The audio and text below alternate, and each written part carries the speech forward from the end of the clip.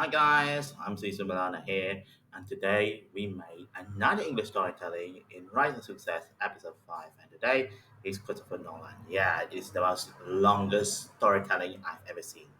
The man who directed his best film that doesn't use CGI, which made more realistic any film and also used IMAX camera.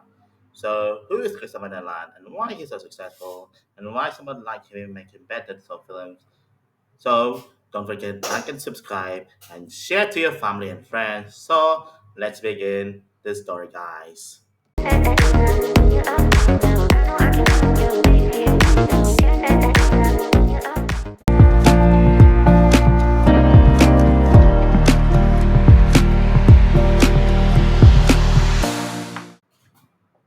Christopher Nolan was born on 30th July 1970 in London, England.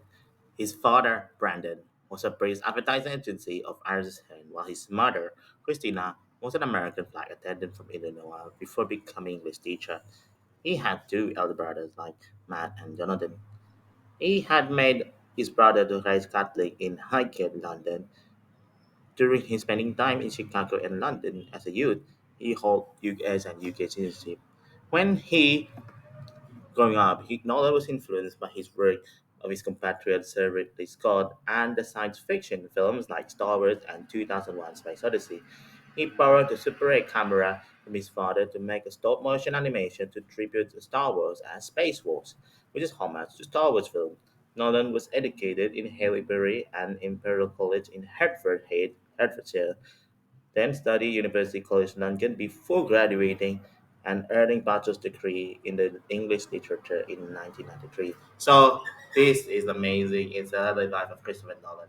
Before he became a film director as a youth, he was studied at an independent school and studied at University College London before he was graduating in 1993.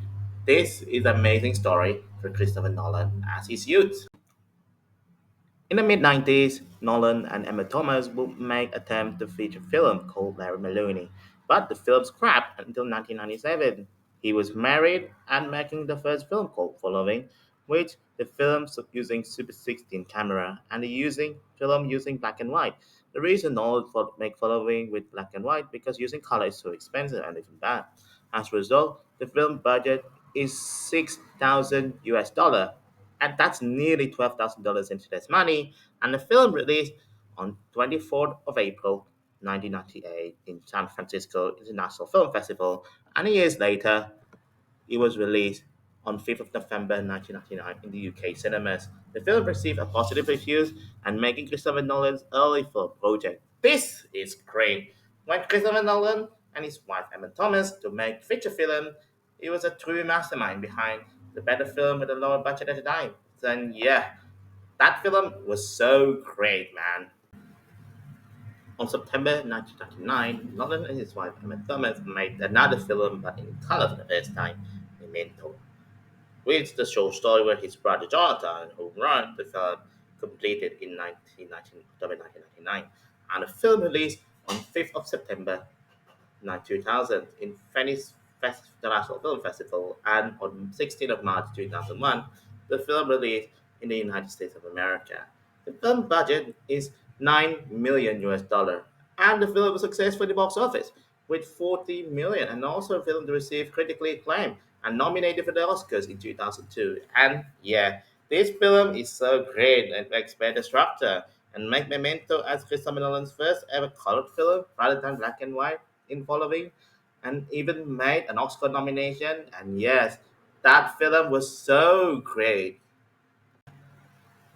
After success with Memento in 2001, Nolan joined Warner Brothers to direct Insomnia, which was a remake of 1997 Norwegian film the same name.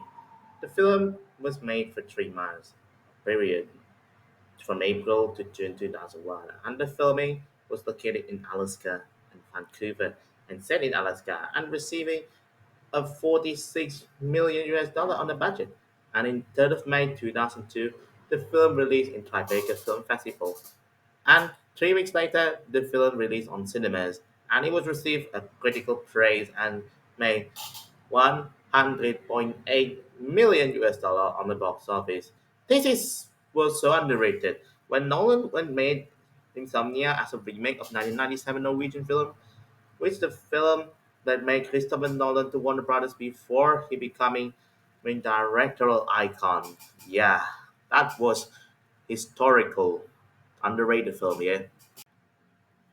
In 2004, Nolan directed his first ever Batman film under his own director, called Batman Begins, which the Batman actor who played in the trilogy was Christian Bell, which that Nolan attempt the superhero film without CGI and the film budget is 150 million. And the film premiered on 31st of May 2005 in Tokyo, Japan, and was released on 15th of June 2005 in the United States of America. And 2 days later, it was released in the United Kingdom. And the film received a commercial success, despite being a lower expectation to another Batman film, and due to because of older Batman film was bad at the time. The film received an Academy Awards nomination in 2006, and making them the Dark Knight trilogy, which is very inspirational. It is very inspirational. When Christopher Nolan made a superhero film, it was very great, despite having lower expectation and the avoid poor reception to all the Batman films, and that made The Dark Knight it was Nolan's best series ever made, and making Christian Bale as Batman, it was so great at the time. In 2007, after positive reviews on each 2000 film, The Prestige, Nolan directed the sequel of The Batman Begins as The Dark Knight. The Dark Knight is actually about Joker, which is the main villain of the film. The actor who portrayed Joker was Heath Ledger, who sadly passed away on 22nd of January 2008, nearly 2 months after the film was completed in November 2007. And the film budget is 185 million US dollar. And the film premiered on 14th July 2008 in New York City, and the film released on 18th July 2008 in the United States of America, and a week later in the United Kingdom. The film received a critically acclaim, and Ledger, who received a posthumous award like the BAFTA, Golden Globe, and Oscars for Best Supporting Actors, and making The Dark Knight as the first ever comic book film to receive an industry award for major. This is emotional. When Heath Ledger died before The Dark Knight was released, he won the posthumous awards in the Oscar, BAFTA, and Golden Globe. And yeah, this is the most emotional ceremony for Heath Ledger after his death. In June 2009, Christopher Nolan made another sci-fi film, which likely without using CGI to gravitate the architecture like a hamster wheel. And the film could be called Inception, which starring Leonardo DiCaprio, Ken Watanabe, Marion Cotillard, and Elliot Page. The film concluded production on June 2009, and the film received a budget of 160 million US dollar, and the film premiered on Odeon Leicester Square on 8th of July 2010, and the film released on 16th of July 2010, and the film received a critically acclaim, and the film received an 839.4 million US dollars, and making a considered a film of 2010s, and also received many nominations in Oscar and BAFTA. This is perfect. When Nolan made Inception film, which becoming the best film of 2010s and receiving many awards of nomination, and yeah, that was perfect. In May 2011, Nolan made the final The Dark Knight film, which deserved as a trilogy. The Dark Knight Rises and the produced in 2000, May 2011 to early 2012. The film about the new antagonist in The Dark Knight was the Bane, which portrayed by Tom Hardy.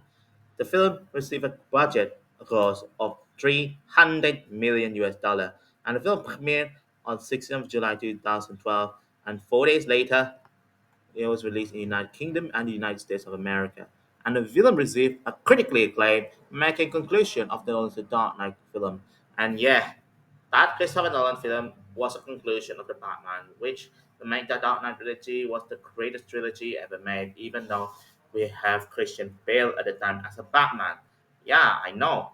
The Dark Knight was the best trilogy about Batman film because they need DC, they need Nolan because no CGI. Yeah, this is how Christopher Nolan made the Batman film without CGI, And yeah, this could be better without CGI. On August 2013, Christopher Nolan began filming about space called Interstellar. The film takes place in Iceland, then in September, then conclude filming in Alberta, and concluding filming in 2013. So the film starring Matthew McConaughey, Anne Hathaway, and Jess Chastain.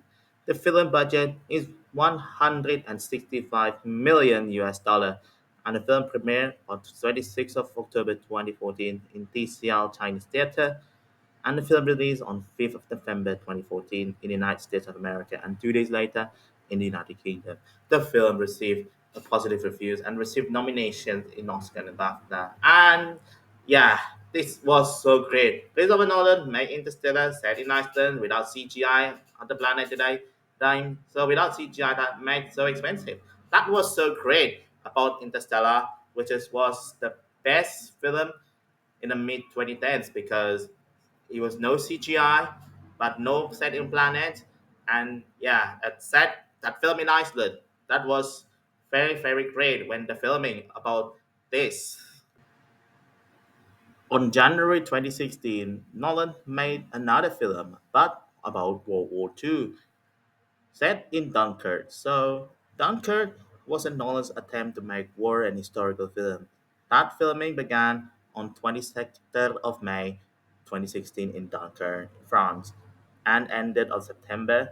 And post production began in Los Angeles, and the film completed on 14th of March 2017. The film budget was 100 million US dollar, and the film premiered on the 13th of July 2017 in Odeon Leicester Square, and the film released on 21st of July 2017. And the film received a critically acclaimed as Nolan the best war film, and also Nolan attempts war film received an awards nominations like Oscar and BAFTA. And yeah, that was perfect to see Nolan to make Dunkirk, to make attempt to war film and historical film without CGI. Yeah, that was a great special film, and even the film is very historically accurate about them. After Tenet was described not as Nolan's last film with Warner Brothers in 2022, Oppenheimer began produced from February to May, and the film using IMAX camera, and the film using the color black and white and color camera systems, and the film starring Cillian Murphy and making the first ever film that Nolan worked with Universal Pictures. Yeah, you're that right. Nolan and Warner Brothers have ended partnership before they being signed distribution rights deal with Universal Pictures. The film received a budget the same as Dunkirk is 100 million US dollar, and the film premiered on 11th of July 2023, and the film released on 21st of July 2023, and marking them at Oppenheimer due to because Barbie and Oppenheimer released in the same day, the schedule of the film. This film was received a masterpiece reviews, making Oppenheimer the best historical film of the 2020s. And finally, the film won the several Oscars nominations, like the Best Picture, the Best Director, and Best Actor, and also the Best Supporting Actor, making Nolan's first ever film to win the Best Picture and Best Director, respectively. So this is massive. When Nolan making a leaving Warner Brothers and joining Universal, Nolan made his first film with leaving Warner Brothers. That was masterpiece at the time. It was the masterpiece film that made Nolan leaving Warner Brothers at the time and join Universal. And yeah, this film was so great. And yeah, I had a news about Nolan ever making a new film called The Odyssey, which will be released on 17th of July 2026 next year. That could be amazing to see new Christopher Nolan film. That it was so that's it. The rise of success of the best director without CGI and won award since Oppenheimer. And so many stories about talk about them. So thank you for watching and don't forget to like and subscribe and share to your family and friends. I'm Cesar Milana and see you in the next video.